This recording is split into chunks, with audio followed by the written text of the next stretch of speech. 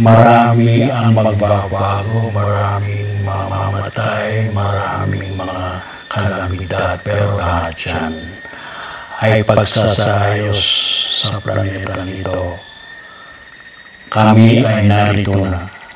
Huwag kayong matakot. Gagawa kami ng paraan para may tama ang mali. Ang palagi namin sinasabi, alagaan ang kagubatan, alagaan ang planeta, at higit sa lahat alagaan din ang inyong mga sarili. Kapag hindi nialagaan ang inyong sarili, ay mawawala kayo sa mundo. So, make sure na habang lalakad ka, meron kang wish, meron kang binivisualize na reality or dream or ambitions, buhay, or wish, yung purpose mo sa pagtungo sa Ciudad Verdadero.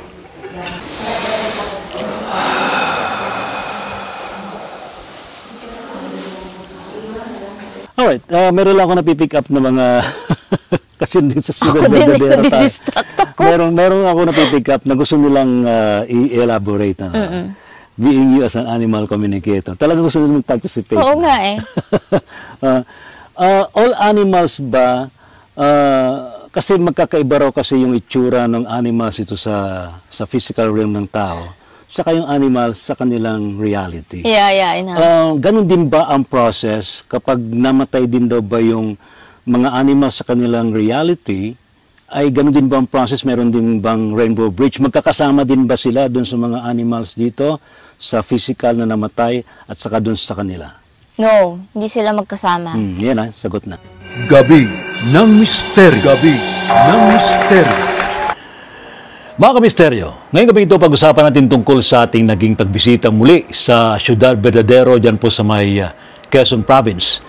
At talagang panibago na namang experience yung ating naranasan, and ito ay sa basbas pa rin ng mga elderlies, mga unseen evolved beings dyan sa naturang lugar, kung saan talagang tayo'y sinalubong muli ng mga kakaibang nilalang sa naturang lugar, ano ha? And sa pagkakataong ito ay nagkaroon tayo ng pagkipag-ugnayan sa mga nilalang na kung saan nagkaroon pa sila ng partisipasyon sa ating talakayan tungkol nga sa animal communication, at talagang nabigay sila ng kanilang mga questionnaire at nakipagbatuhan sa pamamagitan ng telepathy sa atin para maibigay yung kanilang mga katanungan. Ano nga ba yung difference between animals sa physical realm at yung animals sa kanilang kingdom, at kung ganun nga ba kapareho yung proseso kapag parehong sumakabilang buhay sa mga animals sa physical realm saka yung animals sa kanilang kingdom. I would suggest na maging open tayo sa ganitong discussion, kasi talagang kaiba itong naging karanasan natin. Nagkaroon sila ng interaction sa atin nang tayo makipanayam kay Miss Marie Chris ng Voiceless Whispers. Ito yung bahagi ng ating talakayan, one-on-one with Miss Marie Chris, and we talk about animal souls na nasa Rainbow Bridge at yung mga katanungan ng mga nilalang dyan po sa Ciudad Verdadero. Ito po yun.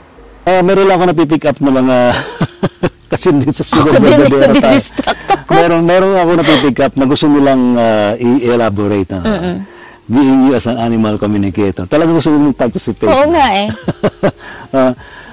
All animals ba, kasi magkakaiba raw kasi yung itsura ng animals ito sa physical realm ng tao, saka yung animals sa kanilang reality. Yeah. Ganun din ba ang process kapag namatay din daw ba yung mga animals sa kanilang reality, ay ganun din ba ang process? Meron din bang rainbow bridge? Magkakasama din ba sila dun sa mga animals dito sa physical na namatay at saka dun sa kanila? No, hindi sila magkasama. Yan na, sagot na. Oo, kasi actually yung tanong na yan, natanong na nila yan before we came here. No, kasi I was connecting with, actually here in Ciudad. Am I allowed to say this? Yes. Okay lang daw. Dito sa syudad, there are animals who are not visible sa naked eye. Yes. There is a big bird, the big black bird here na tatlo yung mata. There's a sari manok dun sa may lake, sa may, right? Oo. lagoon. Yeah, and they're saying they're all not immortals here. So they also have a set expiration. Correct. But for me, ako personally, no, of course I have not been talking to a lot of them, no. But for me, they are kasi parang purely recyclable souls na dahil wala silang physical, wala silang 3D version. Wala silang 3D level version, they're all in 5D, no. So when they pass, they're like a light wisp of energy and they can immediately recycle themselves. Oh. Yeah. So Kasi imagine, what do you mean when you say they recycle themselves? Nagre-reincarnate ulit siya? Sila? Oo. So, parang Sa reality na yan? They can choose that. Alright. Kasi like right now, 5D beings sila, di ba? Okay. So when they recycle themselves, they can choose to manifest in a physical form Alright. or in another form in the 5D level. Pero kasi ganito yun tayo, 3D tayo, and our pets are 3D kasi may physical body tayo Yes. So, the process of leaving the soul leaving the body is what's needed kaya dumadaan dun sa purification band. Pero sila, they don't need to do that kasi they're already in 5D. And after the discussion, abay, syempre natuloy tayo sa pag-iikot sa Ciudad Verdadero. And naakyat ko sa panig ko ang meditation tower ng syudad. Sa meditation tower na ito ay talagang makikita mo yung kabuuan nung nasasakupan ng Ciudad Verdadero and also yung mountain range ng Sierra Madre.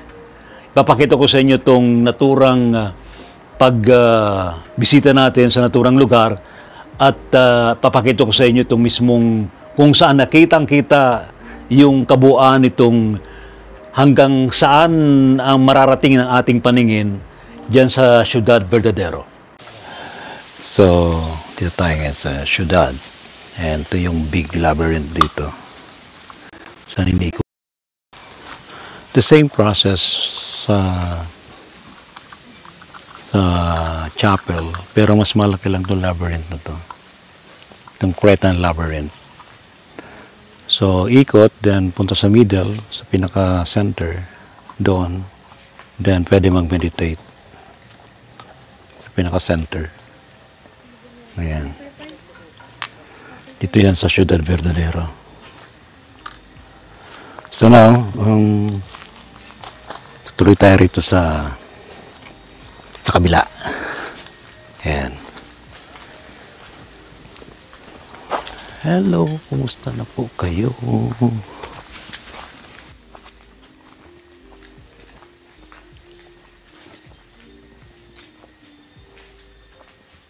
Ito. So from labyrinth to yung path. Ayan. Uy. Hello. Hi. Kumusta na kayo? And, kapag sa mga ganito mga mystical places, hindi may iwasan yung mga gumagalaw ng mga leaves na ganyan. Ayan. Kikiraan po. Ayan. Kikiraan po. Mostly naman, mga they greet you, binabati ka nila, welcome, ganon. And just acknowledge them and pay, some respect. Ayan. Yan.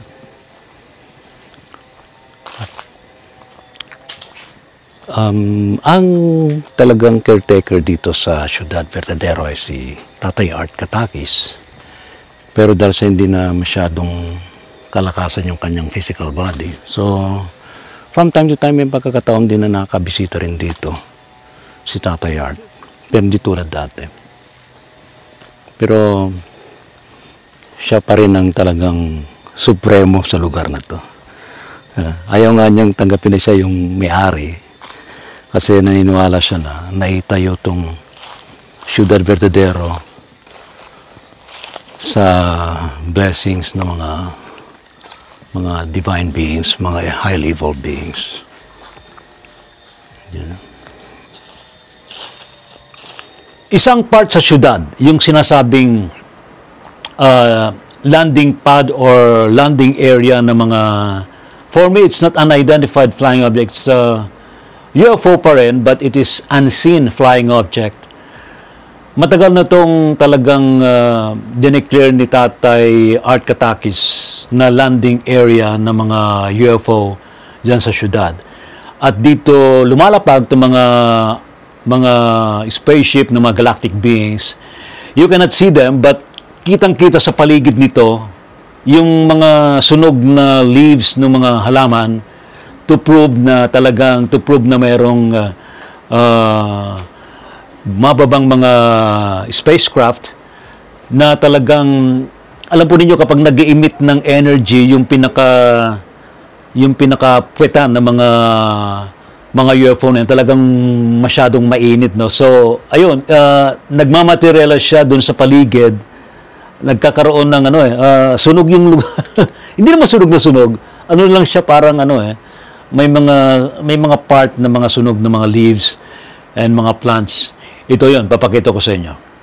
Mga kamister, ito yung sinasabi nilang landing pad dito sa syudad. Ito yun. Yan. Oh. Ito yan. Yung lugar na yan. Kung mapapansin nyo, may mga tuyot sa gilid ng mga puno dito. Ayun, oh. Diba?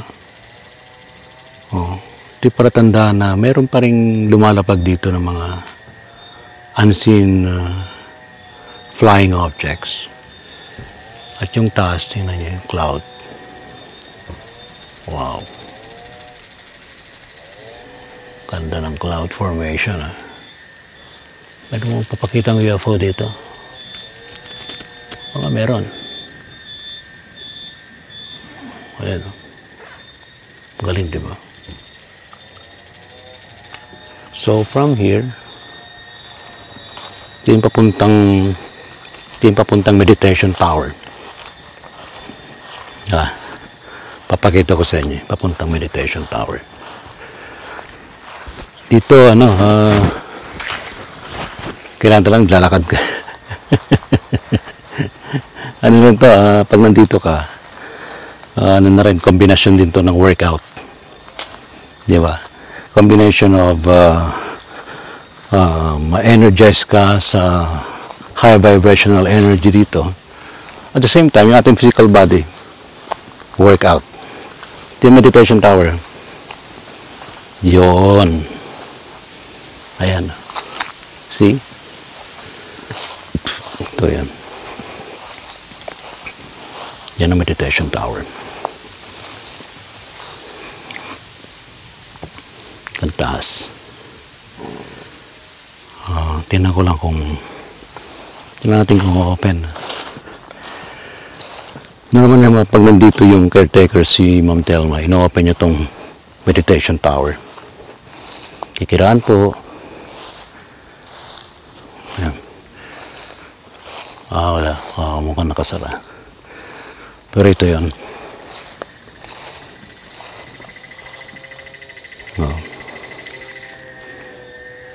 Hi, kumusta na po kayo? We are here again, syudad. Dali po. Hi.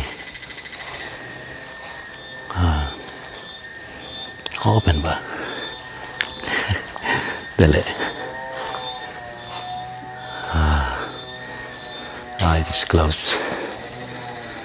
It is close. It's open. Actually, it's open. Pwede nang pumasok. Ito. Pwede nang pumasok dito.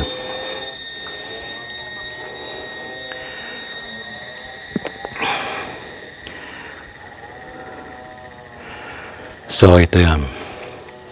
Dito tayo sa meditation tower. Now, papasukin nga natin. Although, open naman siya. Open naman siya. Papasok po kami.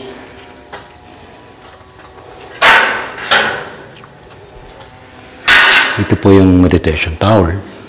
So, akyat tayo. Let's go up. Nagsara. This is the meditation tower. So, ilang palapag to? First, this one is second. Then second. Dito tayo sa taas. And third, sa taas. Iran po. Ay, this is the third one.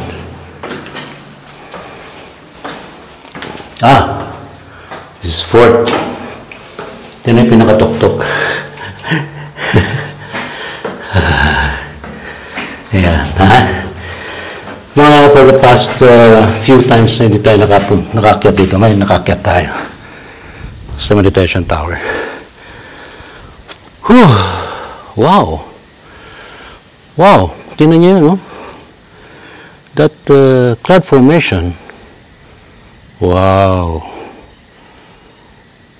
Ang ganda, ha? Parang may nakapark na malaking spaceship, ha? Parang may malaking mothership. Ayun, no? Parang may malaking mothership. Hindi yung mukha ko, ha? Ayun, no? Yun. Kita niyo yan? Yun. Yan. Dito, abot na naman natin yung ang Sierra Madre. Tingnan yan. Yan, no? Wow! Ang ganda ng lugar. See? Galing. Oh, yun, oh. Iyan yan. Sierra Madre Mountain Range na yan. Hanggang na yan. Diba? Sarap ng hangin. Hangin dito. Preskong presko.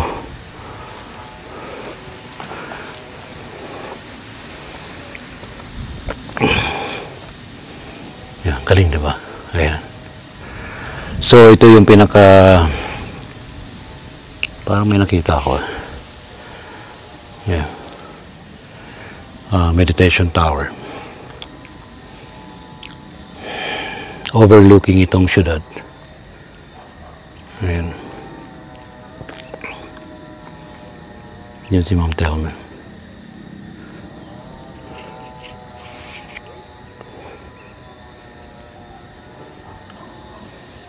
Yan yung caretaker si Ma'am Telma.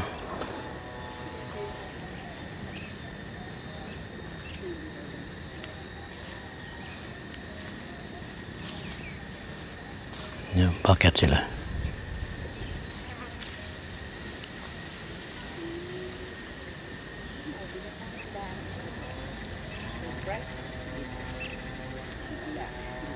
Ayan.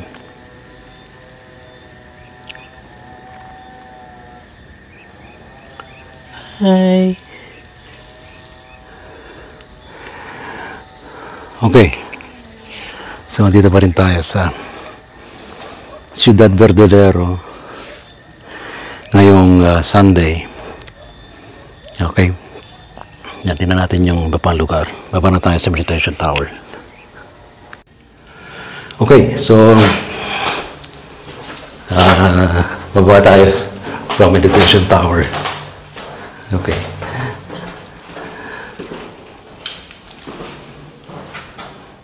Yan. Hindi to hindi ghost hunting to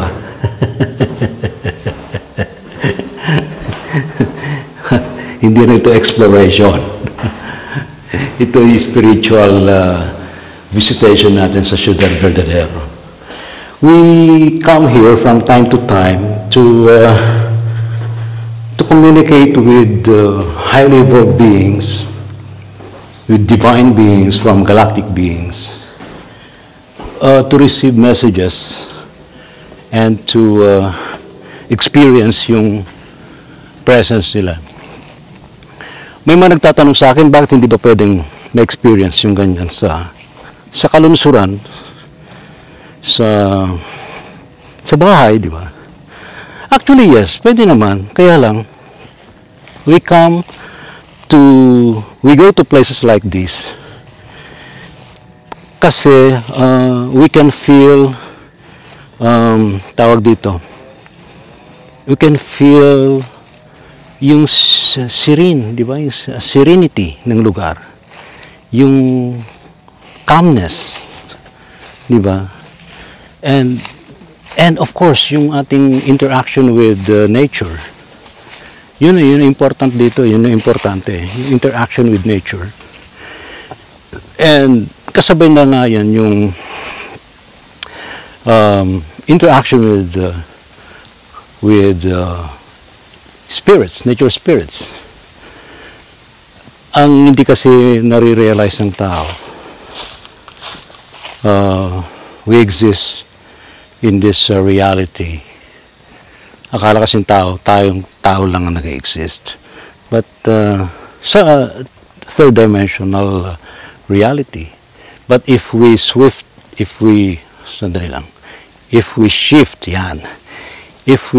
our consciousness sa 5D, we can realize na hindi lang tayo nag-exist sa planetang ito. There are elemental spirits. There are giants. In fact, here sa 5D reality, may mga malalaking mga beings dito na nandito. We call them giants. Iba naman, we call them galactic beings. O, diba? Tingnan nyo to. Ayan. See? Hi. May dumaan doon. Kikiraan po. Saka dito, I feel safe actually. I feel safe. Kung sa ibang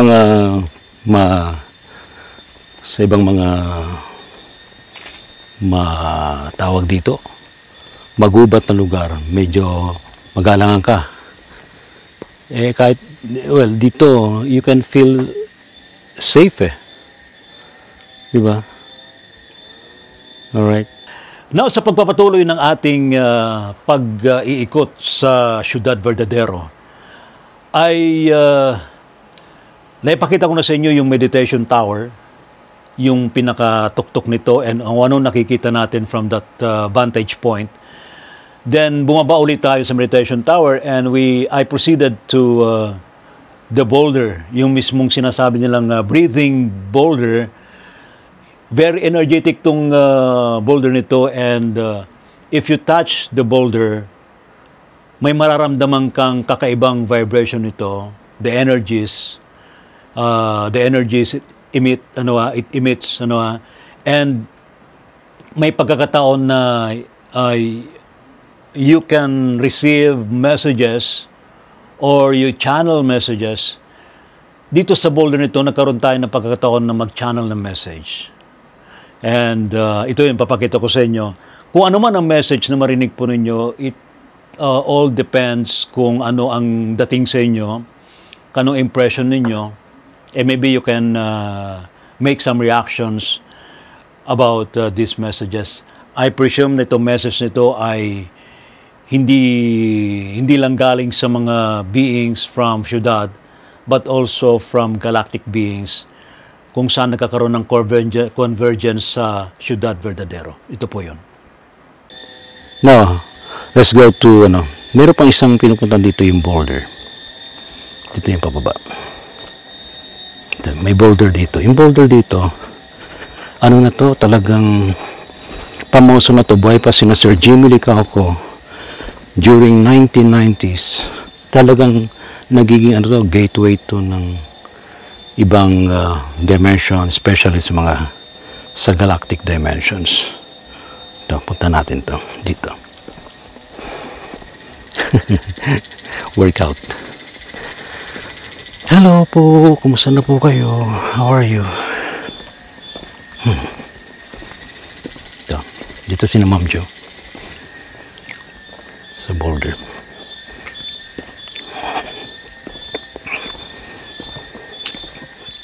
Yan. Ito yung boulder dito. Si Ma'am Jo Villasano. Hi, Dr. Joe. Kumusta na po kayo? Kumusta na po ang pag-iikot natin sa syudad? Maraming blessings po Opo. dito sa akin ng mahal na araw. Opo. May bagong corona po ako. Wow. May nare-recharge po tayo dito, Ma'am Jo, no? Sobra pong lakas ang electron level ng lugar. Opo. Tsaka yung oxygen level niya talagang sapat na sapat sa ating lungs. Malalim yung ating paghinga dito. Oo nga po eh. Oo. Tsaka yung mga dahon nangungusap sa atin. Nangungusap, Kaya- yes. Oo. At parang dumadami yata ang mga herbs na nabubuhay ngayon dito. Oo nga, no? Parang ano. Kaya sa kanilang essence lamang ay nagagamot po ang ating katawan.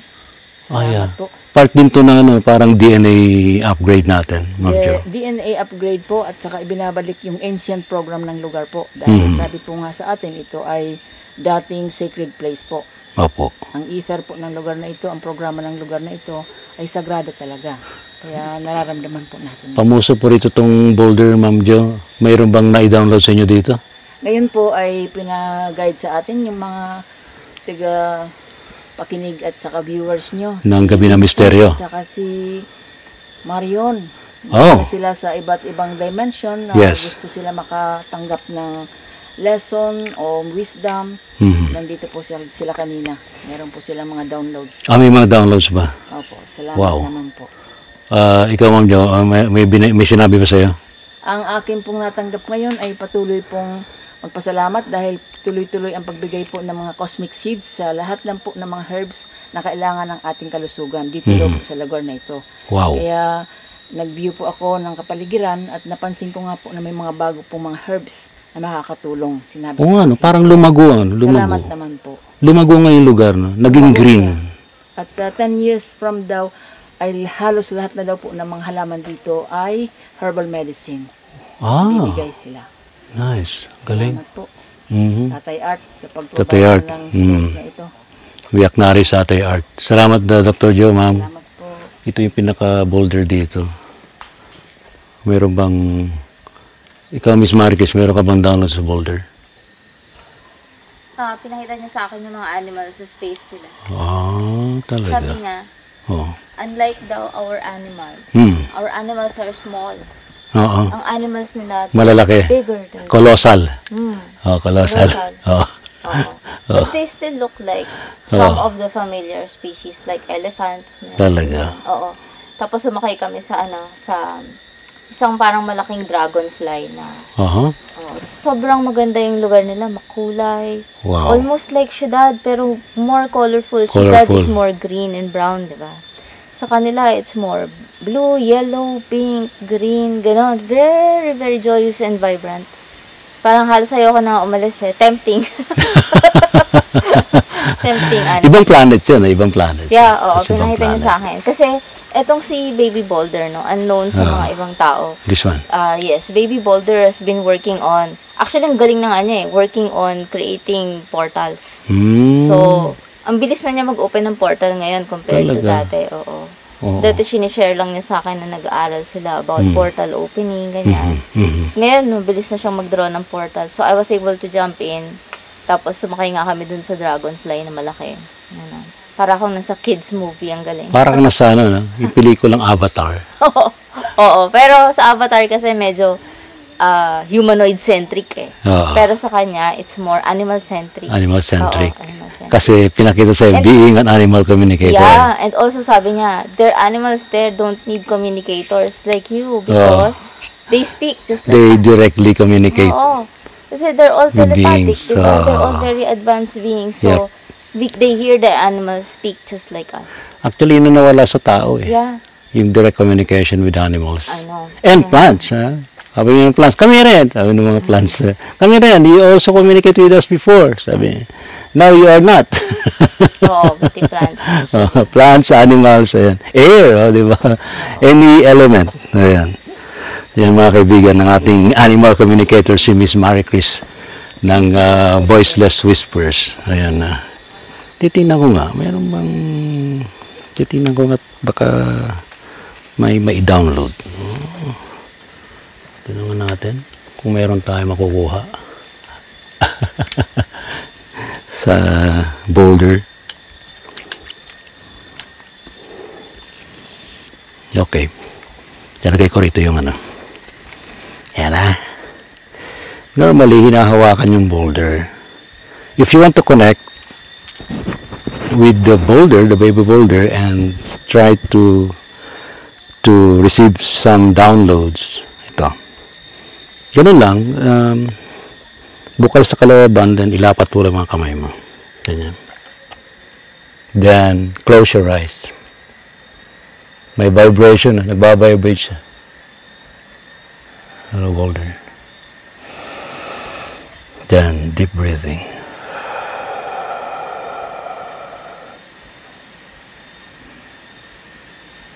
Yes, salamat.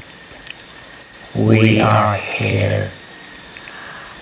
We want to tell you that we will always guide human beings to ascend to higher dimensions. We are here. We will always help you. Alam po niyo, maraming pagbabago sa buhay ng tao sa mga susunod na mga taon. Kaya ngayon pa alagaan ninyo ang kalikasan. Marami ang magbabago, maraming mamamatay, maraming mga kalamidad, pero lahat yan ay pagsasayos sa planetang ito. Kami ay narito na. Huwag kayong matakot. Gagawa kami ng paraan para maitama ang mali.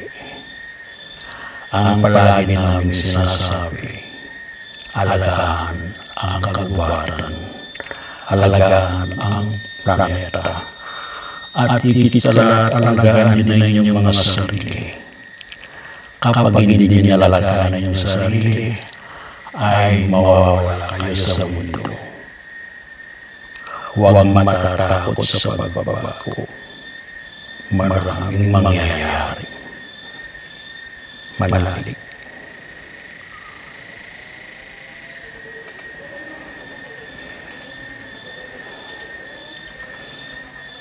Shika. Ashika. Dunushu. Horla. Kiela. Always peace to everyone. We would like to tell you all, we will never leave all of you. We will always guide all of you.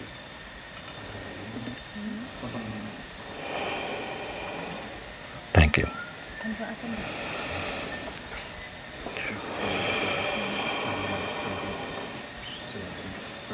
Salamat.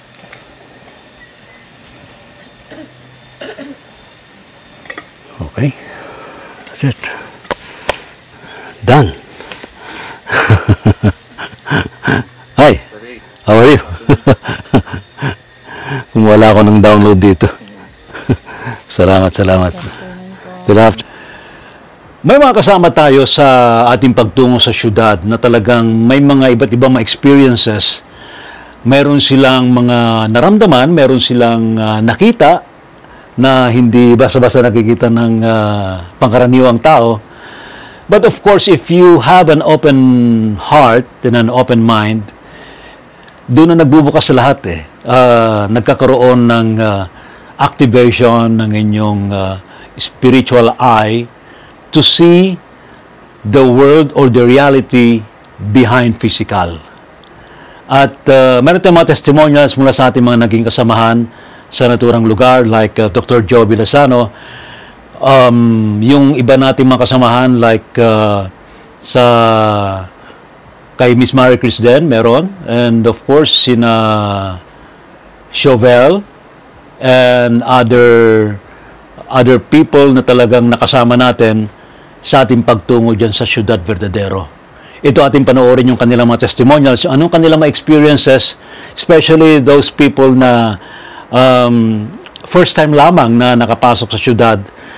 Maybe wala silang nakita with their mind's eye, or their clairvoyance, but they can feel the energies around and yung interaction with beings around us during that visit, and also yung mga creatures around physically ay nagkakaroon ng interaction, especially yung may mga ririnig kang kakaibang huni, may mga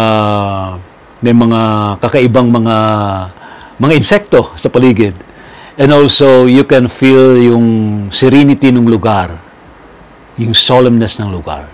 Ito po yun. Magandang araw po sa lahat ng mga misteryo ni Ray Sibayan. Dr. Jovi Lazano po ito. Maganda po ang ating talakayan sa episode na ito. Ito'y tungkol sa mga experiences namin, karanasan doon sa sagradong lugar sa Luzon, Quezon. Ito po ay ang Ciudad Verdadero. Isipin po natin, o imagine po natin, nakasama namin kayo. Ito pong nasa background ko, ito po yung malaking boulder, malaking bato, na kung saan nilalagay namin ang aming third eye at humingi po kami ng mensahe. At minsan, dinadala kami nito sa ibang dimensions, lalo na po sa ating mga Galactic Brothers. Noong linggo, ako po ay nakipag-ugnayan sa aking po mga kaibigan o kaming kapatid na mga Pleiadians at tinuruan po ako kung paano maglinis ng chakras at kung bakit talaga nalilinisan natin ang ating mga chakras araw-araw. Tinuruan din po ako na gamutin ang mga internal organs at i-upgrade ang ating sinag o ating auric field. Ngayon, karamdaman po natin, ilagay natin ang ating mga kamay para kung hinihi po natin ang boulder na ito, hinihiling po natin ang permiso na tayo po ay makipag-ugnayan sa malaking batong ito at yung ating pong third eye nakadikit sa malaking batong ito, nakapikit ang ating mga mata at naiiba po ang ating pakiramdam at kamalayan. Nagbibigay din po ito ng kagalingan, hinaharmonize po ang lahat ng enerhiya sa ating katawan. Inaalis ang mga dumi sa ating auric field. At nagkaroon din po kami ng pagkakataon na malinisan ang aming mga aura ng Sacred Spring sa Ciudad Verdadero. Dahil ang ating buhok daw pala, kailangan nalilinis po ito dahil ito po ay nagre-record pala ng mga impormasyon sa kapaligiran. Kung hindi mainam ang impormasyong ito, ay dala-dala po natin at na-upload sa ating buhok. Ang sarap po ng tubig, ang lamig, at saka maramdaman natin yung energy ng tubig. Tuwang-tuwa po yung mga fairies ng tubig, nalilinis po ang aming auric field. At ito po mga halaman na nakikita ninyo, ay mga healing plants daw po pala ito na binibigay ng cosmic field, ating mga Galactic Brothers. Dumadami ngayon ang mga tumutubong halaman sa Ciudad Verdadero. At naririnig niyo po ang kuliglig na yan?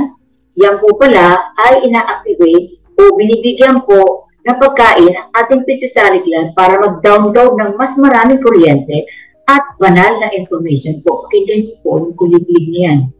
At sa lugar pong yan ay binigyan din po ako ng sinag ng mahal na araw para pong antena na pagpalakas ng aking mga senses. Maraming salamat po at maririnig din po ang mga ibon. Sila pala ay nagbibigay sa atin ng mensahe pero hindi natin alam. Kailangan lang po natin na makinig at makiisa sa kanilang vibration at i-interpret natin ang mensahe ng mga ibon. Marami din po mga insects na nakipag-ugnayan. At ang napakahalaga po si Info ay nakipag-ugnayan sa mga kaibigan natin kasama noong Sunday. Hindi po ni Info ang mga kaibigan natin ng healing energy. Tuwang-tuwa po si Info. At yung mga divine beings din po na nandoon sa chapel ng Ciudad Verdadero, iba-ibang reliyon po, at doon sa tinatawag natin ng sacred walk sa Labyrinth. Nakiisa tayo sa ating planeta, sa ating pong Mother Earth, para bigyan po ng pagmamahal na vibration. Habang umaapak po kami, every step ay nagbibigay po kami ng love and gratitude. Tungkuha naman po ang ating planeta at yung mga halaman sa aming pong pasasalamat ay binigyan din po namin ng pagmamahal lahat ng mga puno, lahat ng mga halaman sa Ciudad Verdadero. Makinig po kayo. Hello mga kamisteryo, ako nga pala si Marie Chris ng Voiceless Whispers. So, narito ako ngayon para mag-share ng kaunti about Ciudad Verdadero. Nandun kami last Sunday. So, para sa akin, napaka-importante ng syudad kasi yan yung recharging place ko Bilang light worker and also an energy healer, napaka-importante sa akin na nagre-recharge ako sa syudad.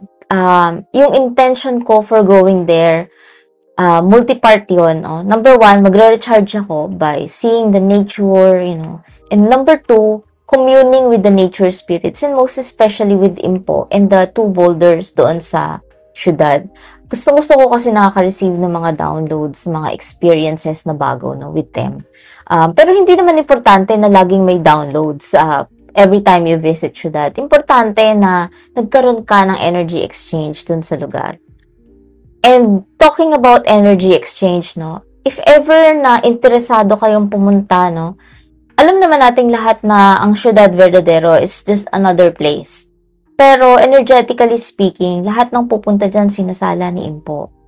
Hindi kasi sa lahat ng pagkakataon, kaya ng tao yung energy ng lugar. May mga first-time visitors na kaya nila yung energy, pero ramdam pa rin nila yung parang pressure, na feeling mo nasa high altitude ka, ganun. Although, Quezon lang naman yan. So, finifilter yan ni Impo. Kung kaya yung energy nung syudad. At saka, number two, kung very good din ba yung energy level mo to begin with, Also, as a word of caution, ito, matagal nang pinipilit ni Impo na sabihin ko, pag visit kayo sa syudad, let's say, pinayagan kayo, ganyan.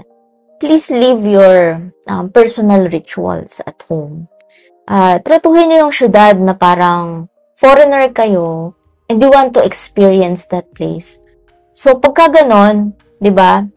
Of course, ayaw mong i-desecrate yung lugar. So, huwag mong gawin yung mga ritual mo na nag-fit para sa iyong spiritual practice. Kasi yung syudad, may sarili siyang rules and regulations na itinatalaga ng mga authorities, ng mga nature spirit dun sa lugar, and most especially led by the elders and Impo. Okay? So, maraming mga visitors lately na nagpupunta doon na sinasabi ni Impo na hindi nila approve yung mga ginagawa doon. So, when you visit, please, pumunta kayo doon para makipag-exchange ng energy in a way na nire-respeto nyo pa rin yung lugar at nire-respeto nyo pa rin yung kagustuhan nila, how they want to maintain the energy of the place. Okay? So, yung mga rituals nyo, whatever your spiritual practice is, you can leave it out the door before you enter syudad. Pag pumasok kayo doon, come with the clean mind, the clean heart, pure intentions. Okay? So, yun yung pinaparating ni Impo. And I'm coming back to my experience sa syudad, So, nung nagpunta kami doon, it was very sacred experience for me. Kasi nag-request kami kay Impo and the other elders na doon kami mag-film ng second episode ng Inside the Animal Communicators World, So, si Impo, pumayag naman si Impo. Pero pag akyat namin doon sa may labyrinth, kasi there's no other place na hindi kami madadaanan ng tao na kasama namin sa group, other than the labyrinth, kasi usually yung top labyrinth, yun yung last stop ng buong tour ng lugar, So, doon kami nag-film. Pagkakit namin doon, meron agad elder na, hindi si Impo, I was surprised, Siguro curious siya, sabi niya, medyo authoritative din yung dating. So, tinanong niya kami, parang, ba't kayo nandito? Ano yung mga yan? Anong gagawin nyo? So, nagpaliwanag kami, Sabi ko, ito pong gagawin namin, isa pong video interview na patungkol sa kaalaman tungkol sa mga hayop, mga kaluluwa ng hayop sa Rainbow Bridge, ganyan. Para lumawak yung kaalaman ng mga tao tungkol sa kaluluwa, na may kaluluwa din ang mga animals natin. So, pinayagan nila ako, So, nung mag-start kami, medyo, syempre, galing sa biyahe and all, tapos lang kumain nung lunchtime. Medyo, sobrang high nung mind activity, in terms of ingay, medyo rattled pa kami, So, pag-akit namin dun sa labyrinth, nag-set up na kami ng camera namin, So, ni-request ko lang si Ray to sync up with my breath, para pareho kami ng energy level habang nagdi-discuss kami.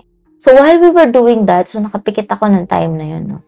Ay, nagulat ako kasi nagsidatingan yung, they look like kids, no? Maliliit lang kasi sila.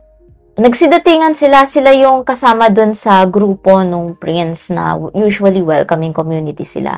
They look like little dwarfs, no? Parang mga, siguro mga, I would say, kala mo mga 8 or 10-year-old na bata, no? Maliit lang, ganon. But they're really not kids, no? So, but I call them kid-like. So, dumating sila, nagulat ako ang dami nila. So, nandun sila sa paligid, they were curious, no? Gusto rin nilang makijoin dun sa conversation. So, in the middle of discussing, nagkwentuhan kami about animals, ganyan. Medyo nahirapan din ako kasi nakaka-distract. Pag nakikita ko sila, they were moving about, magulo din, parang normal na tao, kala mo may audience ka, pero hindi kita by the naked eye. So, it was a little bit fun, but also a little bit difficult mag-concentrate, no? Tapos, ang pinakamasaya dun sa part na yon was, nagtanong din sila kasi, in fact, sa syudad, no, I have also experienced for myself na meron kasing three-eyed bird dyan na malaki siya, kulay itim, siguro mga, I would say, about 15 feet tall, mga ganon, na ibon. So, malaki talaga siya. And then, there was also a sari manok na na-witness namin dun sa may lakeside naman, no? A long time ago. So, yung mga nagtatanong dun sa, sa grupo ng mga prince na mukhang duwende, no? Tinanong din nila yung, out of concern for their own animals, they also asked, like, paano yung mga animals namin, what happens to them when they die? And that was really a very thrilling conversation kasi nung time na yun, hindi ko rin alam kung ano yung sasagot ko. But my guides were also helping me respond to that question. No? So afterwards, parang na-enlighten din sila and they saw their own animals in a different light. So nakakatuwa yung ganong experience. And then, one other thing, no, pagbaba ko dun sa pumunta ako dun sa may section ng boulder, no? Kasi galing kami sa labyrinth dun sa taas. Pagbaba ko dun sa boulder, dalawa kasing boulder yon. So, at the lower level, yung younger boulder, we call the baby rock, no? And then, yung nasa taas, yung old rock. Baby rock, pero thousands and thousands of years old na rin naman siguro sila. But, comparably, mas older and wiser kasi yung nasa taas. Like, if you are able to channel, no, you would hear na mas older yung boses nung nasa taas. Anyway, so lumapit ako kay Baby Rock and then sabi ko sa kanya, is there anything you wanted to share with me? Ganyan. Tapos sabi ko, I'm working a lot on my animal communication. Maybe there's something you can tell me or share with me. Ganyan. Tapos nagulat ako kasi siguro mga a year ago, no, sabi sa akin ni Baby Rock is, nag-aaral daw siya. Meron daw silang na-open na school and they're studying about portals, no? Creating portals. Sabi ko, uy, that's cool, ganyan. Kasi nag-uusap din kami from time to time by channeling, no? So, nung dumating ako, nung Sunday, so sabi niya sa akin, I want to show you something. Tapos, bigla siyang open ng portal. Medyo hesitant ako nung una, but alam ko naman na lagi kami nagkakausap, so I know na will always be okay. Nagulat lang ako kasi ang bilis na niyang mag-open ng portal ngayon. So, nakakatuwa. Pagpasok namin dun sa may portal, yun sa maliit na door, there's a whole different world. Yung world na pinakita niya, sabi niya sa akin, their animals daw are colossal. Unlike us, no, na yung animals natin sobrang liit. We have to look down at them all the time. Bihira yung animals natin na medyo malaki. Like, pinakamalaki na siguro elephant, diba? And giraffe, no? But sa kanila, their animals are so big, siguro mga about 10-story high, mga ganon. So, sumakay kami sa likod ng isang dragonfly na malaki. Para siyang para siyang, if you would imagine yung, ano bang movie yun? Jumanji ba yun? Yung sila Dwayne Johnson, tapos malalaki lahat, parang ganon. Pero hindi naman lahat malaki, no? Like the foliage, no, the greens, yung jungle, hindi naman siya ganun kalaki. Only the animals are big. So, na-experience ko, no, na ganun. And then, he said, well, kasi parang boss laki, he said na yung animals daw nila, they don't need animal communicators there kasi their animals also speak. And because they are very intuitive, they hear it almost like parang sound waves, parang nag-uusap ka. So, yun lang yung mga na-experience ko so far. And then, I went to the Batis. Nagwisik-wisik lang ng kaunti, I wanted to get some clarity and a little bit of a DNA upgrade, which I actually did get. So, pag uwi ko, sobrang sakit ng ulo ko. But fortunately, I'm okay now. Hindi naman natuloy yung migraine. So, yun, that's it. So, yun din pala, another thing to expect. When you visit Ciudad, expect that there will be changes happening to you energetically. So, it could be a DNA upgrade. So, your physical body will be forced to catch up, And, ganun. Minsan may pains. It's called growing pains, yeah. So, yun lang. If you're excited, interested, you know what to do. Reach out to me or to Gabi ng Misteryo channels, And we can help you. Come with us if you want to go with the group, Us as a group. And yeah, hopefully, ma-experience nyo rin ang beauty and wisdom of Ciudad Verdadero. Thank you. Ako nga pala si Sara Lopez at ako'y naimbitahan ng Team Misteryo upang pumunta sa isa sa mga may walang lugar sa Pilipinas kung tawagin ay City of Truth and mas kilala bilang Ciudad Verdadero. So, first time kong pumunta doon, ang unang activity na ginawa namin doon is pagdating sa area, nagpatunog kami ng bell for 3 times. Then after kong magpatunog ng bell, may nakita ako na elf-like na bata na nakaupo, naka-Indian seat, malapit doon sa bahay kung saan ka magpapatunog ng bell. Then nakala ko wala lang. Then nakwento sa akin ng Team Misteryo after our visit na yun pala yung mga welcome committee sa lugar na yun. And after that, the next is the chapel, kung saan may labyrinth doon. Then sa labyrinth na yun, may katapat ng mga santo. So nag-start kami maglakad sa labyrinth. And ang na-experience ko sa labyrinth is nagpa-pulse yung left ear ko. Nakakaramdam talaga ako ng energy. Alam mo yung feeling na umaakyat ka sa higher altitude pag pabagyo, pa-antipolo or pa-airplane, pag nag-a-ascend pataas, mararamdaman mo yung pressure sa ulo mo. So, ganun yung naramdaman ko sa loob ng labyrinth habang naglalakad. Kasi tinry kong lumabas sa maze o sa labyrinth, nawawala.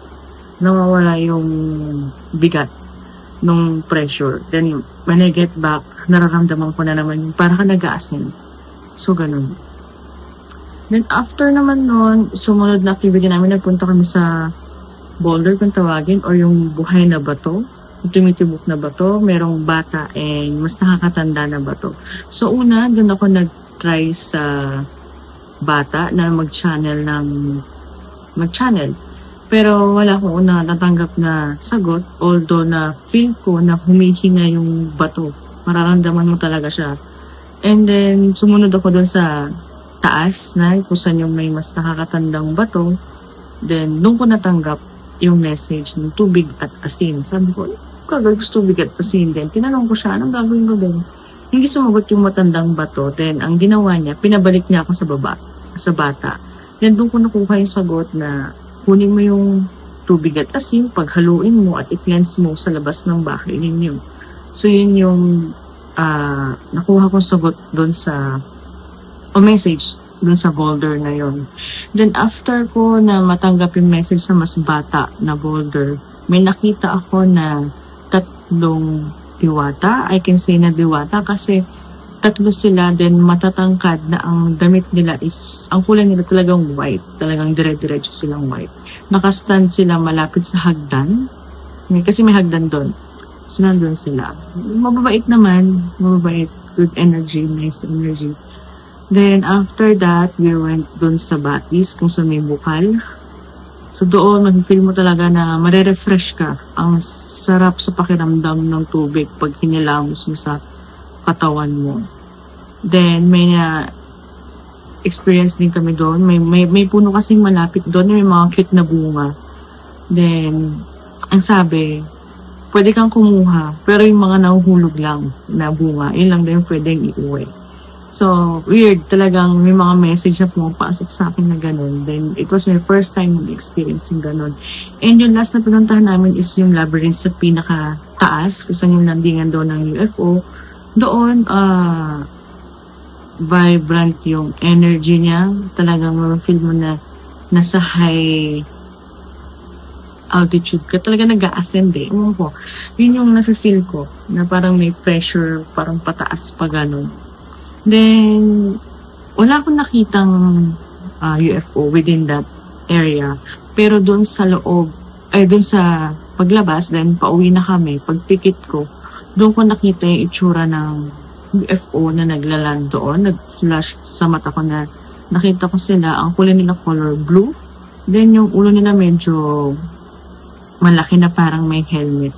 They are harmless naman feeling ko.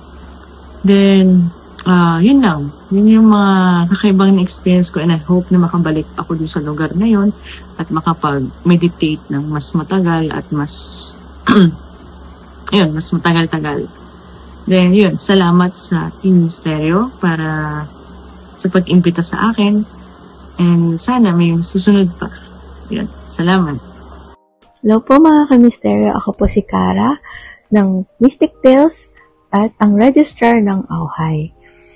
So, share ko lang yung experience ko nung October 5 sa Ciudad Verdadero. Nung pumunta kami nila Sir Ray at ni Doc Jo sa Ciudad Verdadero, it's really been a long time since I went there.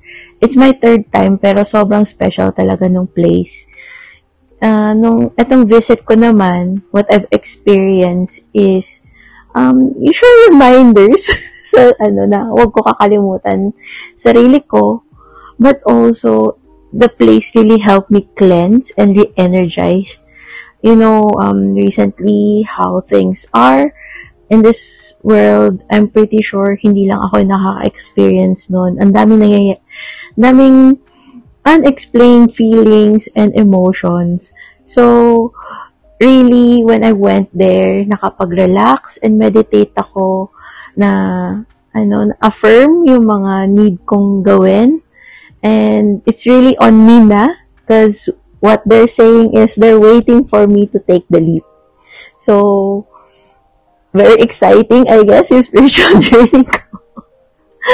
But really, guys, if you have time and you are really spiritual, I would highly recommend you to spend time in Ciudad Verdadero, meditate there, receive messages, or at least get some cleansing and clarity from our galactic brothers and the spirits around us. So, really, it's a magical place and I would always love to go and visit Ciudad Verdadero anytime when I'm invited.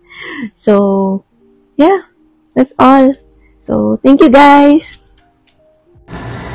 Para ikaw, Kenneth, ano yung naging message sa'yo all throughout yung visit mo sa Ciudad Verdadero? Kasi before pa lang ako nagpunta, di ba nalaman ko lang over online sa YouTube, Spotify, podcast, from from the late Jaime Licauco, if you know him. Doon ko lang din siya nalaman sa kanya. Hanggang sa sinearch ko na, even the old blogs, yung mga from 15 years ago, sinearch ko, binasa ko. So, doon pa lang nahiwagaan na ako. Then, parang merong tumatawag sa akin doon. Actually, hindi lang tumatawag, parang nangaakit. So, pagdating ko doon sa Ciudad Verdadero, yung overall experience ko, yung punta ko doon, visit ko as a whole, it's a much needed visit for me. Parang napuntahan ko na siya before, na parang hindi. Dahil parang sa siya yung pinuntahan natin sa Taiwan.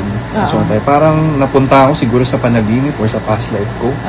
Hindi ko siya maintindihan, pero yun yung mahiwaga or yun yung mystical dun sa lugar na yun. Yun, parang inakit niya ako, pagdating ko doon, sobrang at home ako. Sobrang familiar ko. Isang bisita pa lang yun, pero memorize ko na agad yung lugar. Bawat part ng lugar na yun. Kumbaga na familiarize ko na. And sobrang sarap sa feeling ng bisita ko doon. So yung message na sa akin na anytime pwede akong magpunta doon. And di ko na kailangan ng iba pang kasama. Di ko naman sinasabi na pupunta ako doon mag-isa, pero ang sabi ng lugar sa akin, welcome ako anytime na magpunta ako. So yun, ikaw Mario, anong mensahe ng Ciudad Verdadero sa iyo? Or yung overall experience mo sa doon sa syudad?